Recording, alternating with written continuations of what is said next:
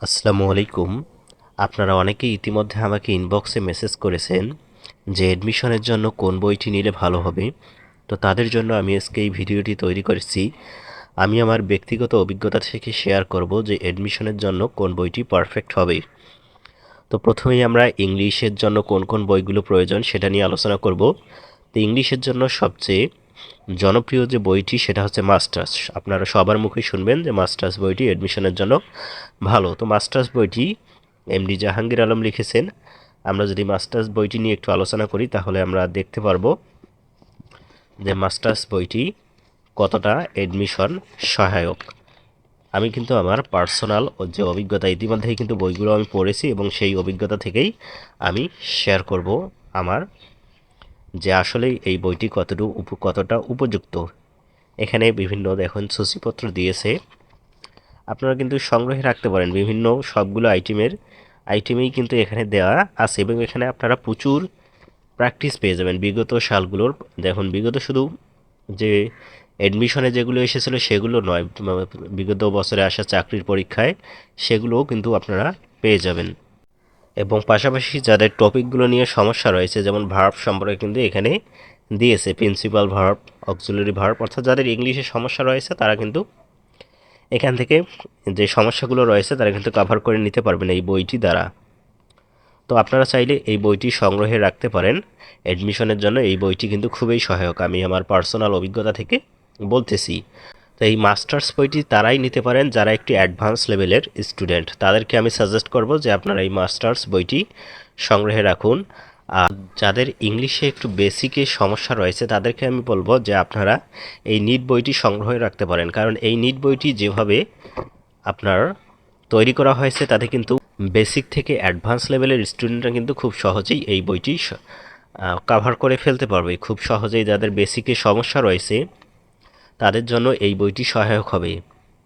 এবং এই বইটি কিন্তু আমি যতটুকু দেখেছি, এই বইটি আমি পড়েছি যে প্রতিটি টপিক কিন্তু খুব সুন্দরভাবে আলোচনা করা আছে, যেটা কিন্তু মাস্টার্স বইয়ে সেরকমভাবে নেই। প্রতিটি টপিকের বিস্তারিত আলোচনা এই বইয়ে আছে, অর্থাৎ যাদের বেসিকের সমস্যা রয়েছে তারা চাইলেই এই বইটি সংগ্রহ করে নিতে পারেন। প্রতিটি টপিক অ্যাডমিশনের জন্য যে টপিকগুলো প্রয়োজন সবগুলোই এখানে আছে এবং সবগুলোর বিস্তারিত আলোচনা এই বইয়ে আছে। আপনারা চাইলে এই বইটি সংগ্রহ করে রাখতে পারেন। তো এখন আমি ইংলিশের জন্য আরেকটি সবচেয়ে গুরুত্বপূর্ণ এবং আমার পছন্দের একটি বই যেটা আমি অ্যাডমিশনের সময় পড়েছি সেই বইটি আমি এখন দেখাবো। এই বইটির নাম হচ্ছে এমসিকিউ ম্যাজিক। এমসিকিউ ম্যাজিক কিন্তু অ্যাডমিশনের জন্য একটি শ্রেষ্ঠ সহায়ক বই বলে আমি মনে করি। যাদের বেসিক দুর্বল আছে তারাও এই বইটি সংগ্রহ করে রাখতে পারেন, কারণ এই বইটিতে যদি আমি ভিতরটুকু দেখাই তাহলে আপনারা বুঝতে পারবেন যে এখানে বিগত সালে কিন্তু আসা একটি প্রশ্ন দিয়েছে। দেখুন এখানে প্রশ্নটার পরে যে উত্তরটি হয়েছে সেই উত্তরটি কেন এখানে হয়েছে সেটাও কিন্তু দিয়েছে, অর্থাৎ কোন রুলস অনুসারে বা কিভাবে এই উত্তরটি হলো সেটাও কিন্তু এখানে দিয়েছে।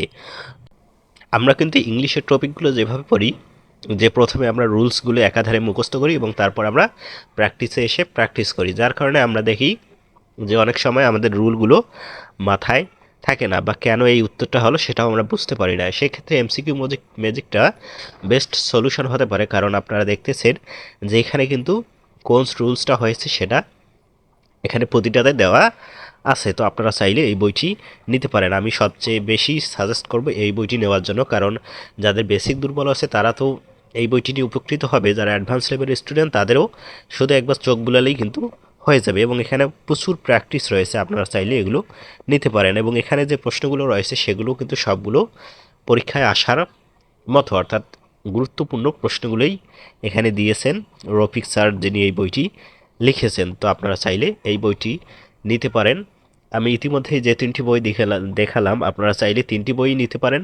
আর যাদের অর্থনৈতিক সমস্যা রয়েছে তারা যে কোনো একটি বই নিতে পারেন। সেক্ষেত্রে আমি সাজেস্ট করব যারা অ্যাডভান্স লেভেলের স্টুডেন্ট তারা মাস্টার্স বইটি নেবেন, এবং যারা বেসিক যাদের বেসিকটা আনক্লিয়ার তারা চাইলে এই নিট বইটি এবং এই এমসিকিউ ম্যাজিক বইটি সংগ্রহ রাখতে পারেন। এমসিকিউ ম্যাজিক বইটি কিন্তু আপনার এডমিশনের ইংলিশের ক্ষেত্রে অনেকটা হেল্প করবে।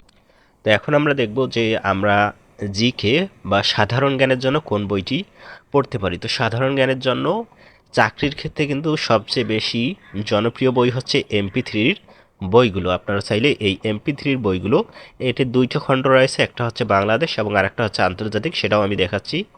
এই যে এটি হচ্ছে আন্তর্জাতিক খণ্ড।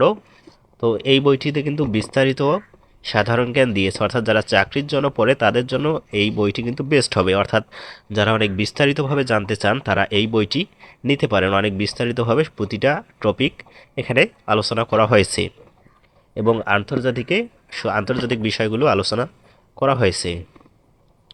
নদ নদী সম্পর্কে বা আন্তর্জাতিক বলতে যেগুলো বোঝায় সবগুলোই এখানে আলোচনা করা হয়েছে এবং আপনারা চাইলে অনেক প্র্যাকটিস এখানে করতে পারবেন।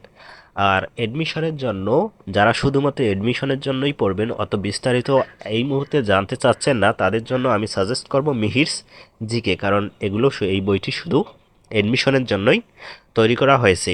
এটা চাকরির জন্য অতটা উপযুক্ত নয়।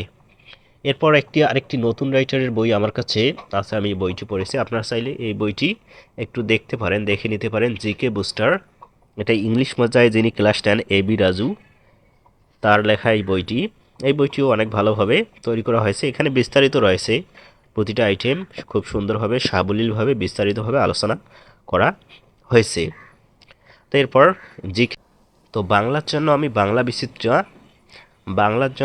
আমি বাংলা বিচিত্রা এই বইটি সাজেস্ট করব।